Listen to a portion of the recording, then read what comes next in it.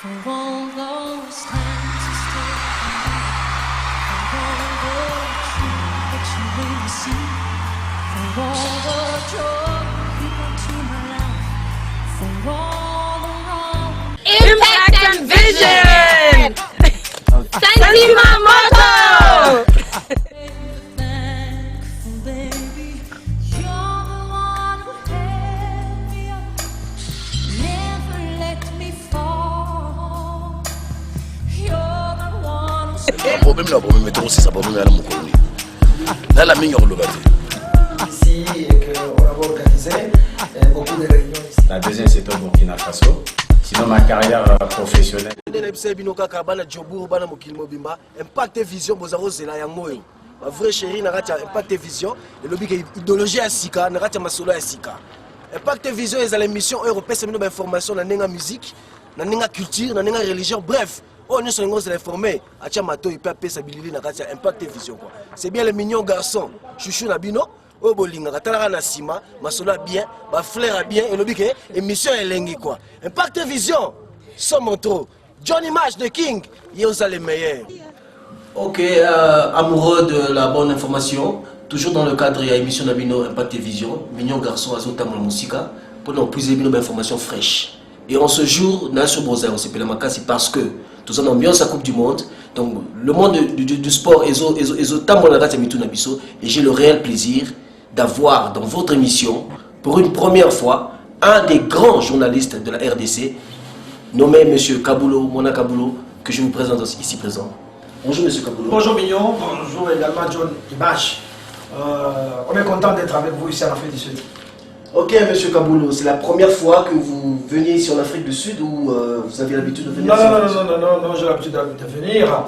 Et d'ailleurs, à ma qualité de chef de presse, au niveau de la Confédération africaine de football, dans le cadre de la Coupe du Monde, on a eu des réunions, que ce soit à Cape Town, que ce soit à Durban.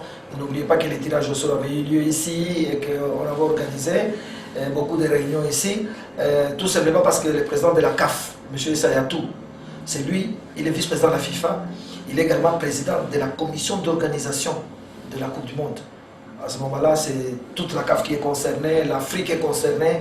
On a fait beaucoup de réunions. Je me souviens encore, on avait fait une réunion au moment où les stades de Cape Town, Greenpoint n'existaient même pas. Quand on avait posé la première pierre, nous on était là à Cape Town. Donc j'ai l'habitude de venir en Afrique du Sud. Ça m'arrive, ça m'est arrivé des fois de venir ici en vacances avec ma famille. Donc j'ai l'habitude de venir de temps en temps ici.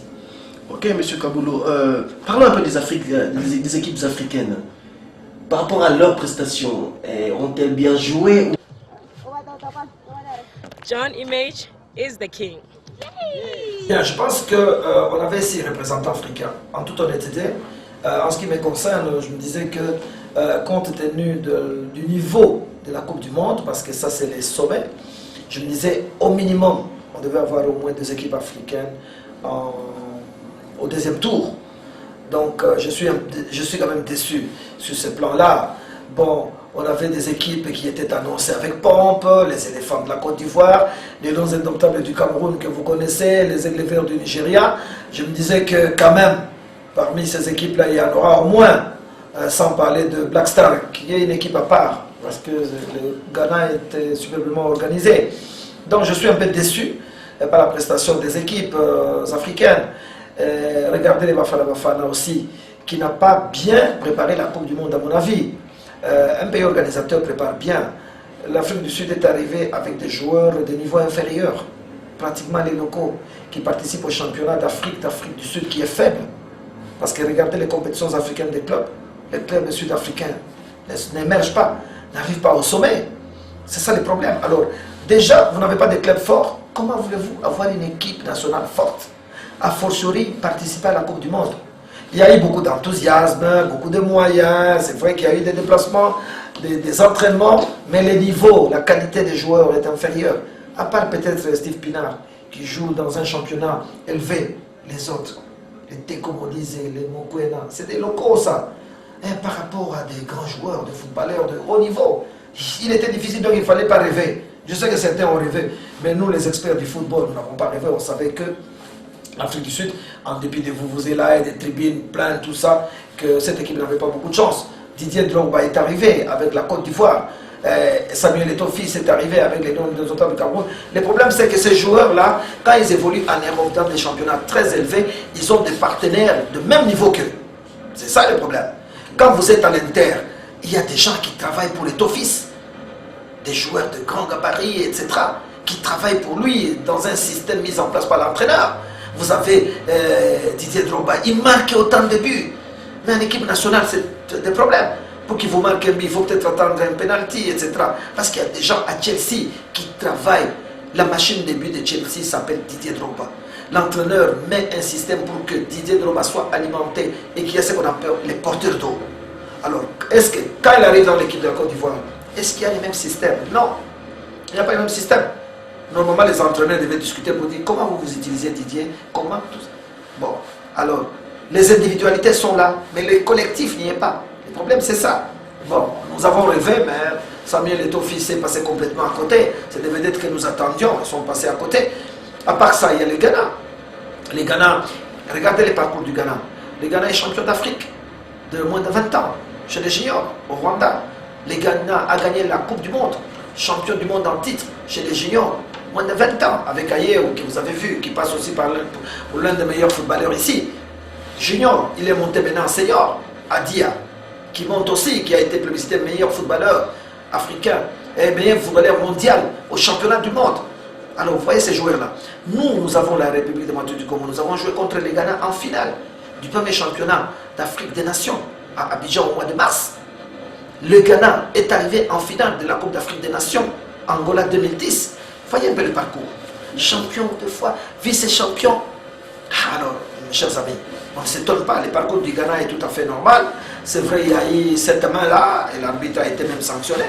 Si l'arbitre avait validé, Dieu seul sait, peut-être qu'on aurait en finale l'Espagne contre le Ghana. Ça aurait été une grande première, mais enfin, l'histoire est faite comme ça de surprise. On a loupé le penalty, mais je crois que c'est le Ghana qui a défendu valablement l'Afrique par rapport aux 5 autres qui sont passés totalement à côté.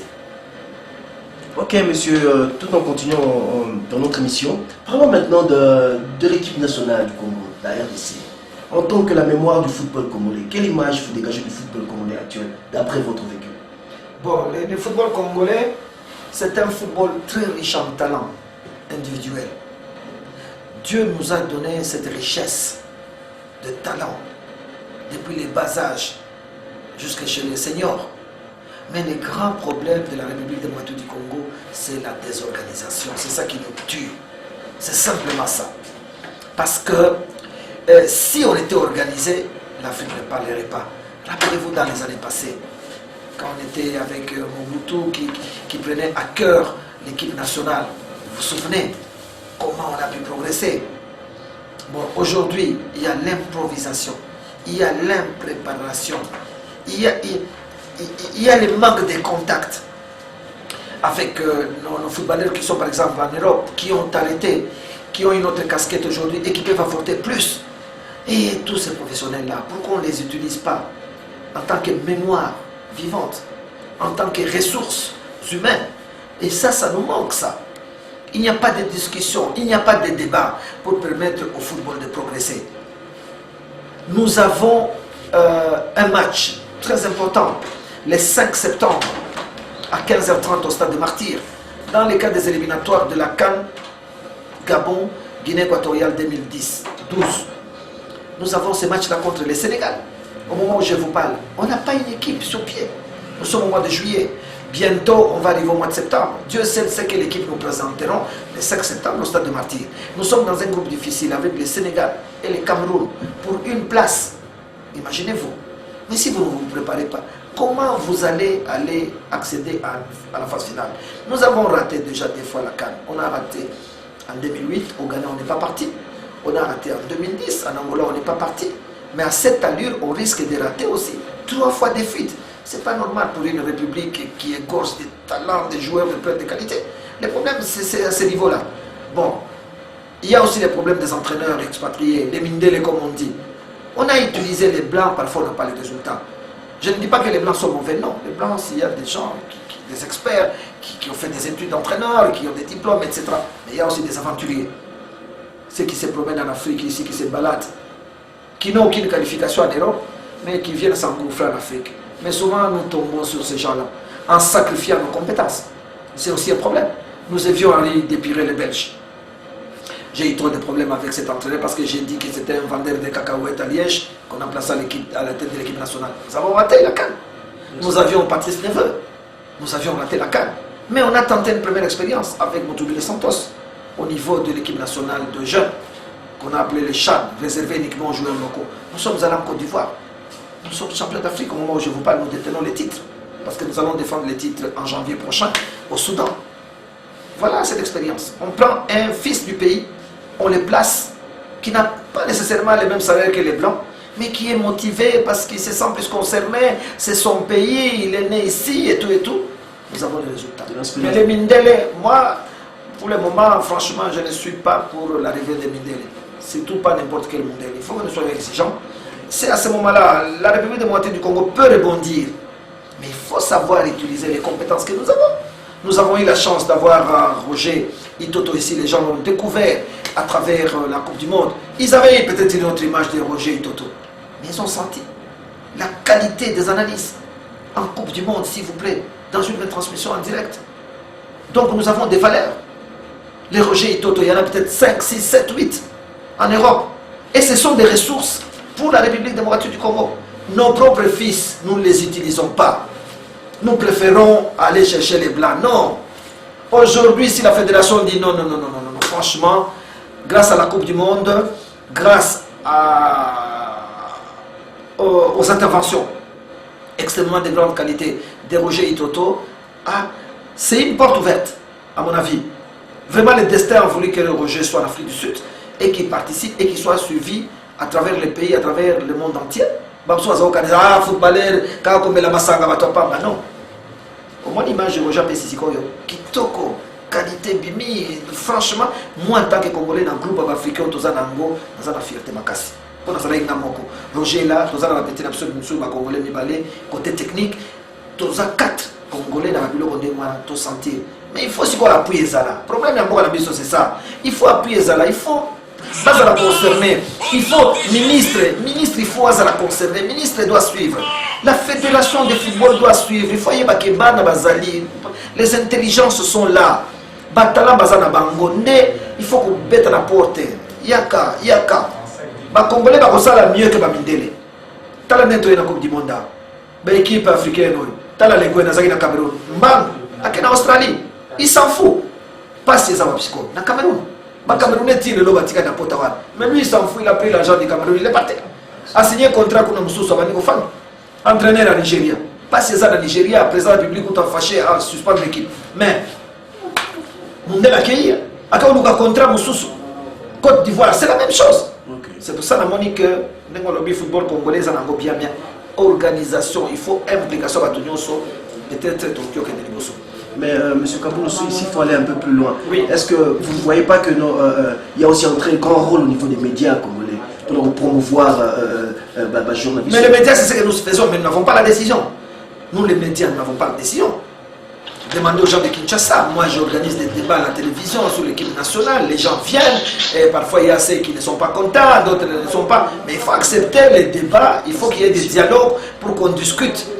Parce que des chocs des idées, comme on dit, jaillit la lumière. Il faut qu'on discute. Vous arrivez, notre rapport, nous les médias, c'est ça. C'est faire une autocritique, c'est faire une critique positive, c'est encourager ceux qui travaillent bien. Ceux qui ne travaillent pas bien, il est de notre devoir de les signaler. Mais maintenant, je suis en train d'attirer l'attention des Congolais que le 5 septembre, nous avons un grand match. J'ai commencé cette histoire depuis longtemps. Maintenant, chacun dans son secteur doit travailler. Celui qui doit nommer l'entraîneur, il faut qu'il est là. Celui qui doit convoquer l'équipe, il faut qu'il la convoque. Ça, ce n'est pas aux journalistes. Le journaliste, il fait les rôles, il dit attention, s'il vous plaît, voici les forces du Sénégal, voilà la force du Cameroun. Attention, nous avons un grand match. Réveillez un peu les gens, ça c'est notre rôle. Mais après, il y a un ministre des Sports qui est payé pour ça. Il doit saisir là-bas le bon pour essayer de s'organiser. Il y a la fédération qui est là pour essayer de mettre des trucs en place, des structures en place pour qu'on aille vite. Chacun doit jouer son rôle. Moi, j'estime que les médias congolais font le maximum. Parfois, on est écouté, parfois, on n'est pas écouté, mais on ne se fatigue pas. Et nous faisons notre travail quotidien. Ok, merci beaucoup, monsieur Kaboulou Monakabulo. S'il faut encore ajouter une petite question, Oui. Vous venez de dire qu'il serait préférable Oui. pour la RDC de nommer à la tête de l'équipe nationale un fils du pays. Oui. Si vous, cette décision vous revenez, Aujourd'hui, aujourd'hui, je ne vais pas hésiter. Qui nommerez-vous à cette Aujourd'hui, place? au stade où nous sommes arrivés, moi, je vais mettre Moutoubile Santos. Pour la simple raison que, au moment où je vous parle, Moutoubile Santos est champion d'Afrique. Moutoubile Santos a qualifié encore cette équipe parce que nous sommes passés par les éliminatoires. Aujourd'hui, Moutoubile Santos a une équipe nationale, des locaux qui existent, avec les Mputu Trésor, les Kabangou, les Lofo, etc. Cette équipe existe au moment où je vous parle. Elle peut même demain prendre l'avion et pas jouer. Donc, en attendant peut-être de trouver peut-être un autre expatrié ou quoi, ou un autre entraîneur qui peut venir épauler, on responsable. Moi, ministre des Sports, j'allais responsabiliser Moutoubile Santos aujourd'hui. Je dis Santos, voilà, faites-moi un plan, qu'est-ce qu'il faut, etc. Au moins, il faut commencer. Là, il commence cette équipe-là, et puis il continue, et quitte maintenant à injecter d'autres éléments. Parce que plus nous traînons, moins on aura une bonne équipe. Tu comprends, Mignon? On traîne, on n'a pas d'équipe, mais entre-temps, les autres se préparent. Donc, moi, s'il me revenait aujourd'hui, je dis, c'est celui-là. Bon, il y a d'autres Congolais, entre-temps, on fait des enquêtes, on mène pour parler, pour voir qui est là, qui peut venir, qui peut faire partie du staff technique. On forme un staff technique solide, et avec un directeur sportif, etc., etc. Et puis, nous sommes partis. Merci beaucoup, monsieur Kaboulou Monakabulo. L'honneur a été pour nous de vous recevoir dans cette émission. En tout cas, pour encore ajouter un petit rien. Oui, un petit rien. S'il faut me dire, pas de problème. quel serait votre pronostic par rapport à la finale de la Coupe du Monde? Je vous avoue, spontanément comme ça, je parle d'Espagne. L'Espagne. L'Espagne, je n'hésite pas, une équipe superbement organisée, bien compartimentée, avec des joueurs de qualité dans tous les secteurs, un très beau football. L'Espagne crée les surnombres, l'Espagne peut vous troubler. Regardez comment elle a détruit en un seul match tout ce qu'on a vu de l'Allemagne. Les gens ont eu peur de l'Allemagne ici. Foutre 4 buts à l'Argentine, foutre 4 buts à l'Angleterre, les gens ont dit qui va résister? Mais vous avez vu l'Espagne, comment elle a neutralisé avec des joueurs de qualité. L'Espagne est champion d'Europe en titre, n'oubliez pas. L'Espagne avec Barcelone, avec Real de Madrid, a réalisé un championnat extraordinaire. Aujourd'hui, qui ne regarde pas les championnats d'Espagne? Nous tous. Regardez tous les bons joueurs. Ils vont maintenant. Avant, c'était l'Italie. N'est-ce pas? Il fallait passer par l'Italie. Aujourd'hui, les gens sont en train de se précipiter pour jouer soit au Real, soit à Barcelone. Les joueurs les plus chers, ils sont en Espagne. C'est leur période, ils sont en train de monter. Mais la Hollande aussi arrive. Bon, va essayer de rentrer sur la première marche. C'est la 3e finale. Si elle gagne, ça sera une justice parce qu'elle a couru derrière cette Coupe du Monde. Bon, je dis malheureusement pour la Hollande, elle a en face une équipe d'Espagne superbement motivée, qui risque de lui prouver le ballon. Mais on verra. C'est jamais cet match de football, une petite erreur, ça ricoche sur le mollet des Français et ça va au fond. Mais sur papier, en toute honnêteté, je pense que c'est l'Espagne, mais c'est Dieu qui décide. Dieu, lui, il connaît déjà qui est champion du monde, mais nous, nous serons tous au stade pour voir qui montera sur la première marche. En tout cas, je tiens à vous remercier, Mignon, pour l'occasion que vous m'offrez. John Image ici, nous on est des Congolais, on est prêts à transmettre les messages à tous les Congolais qui nous regardent et je vous salue, merci.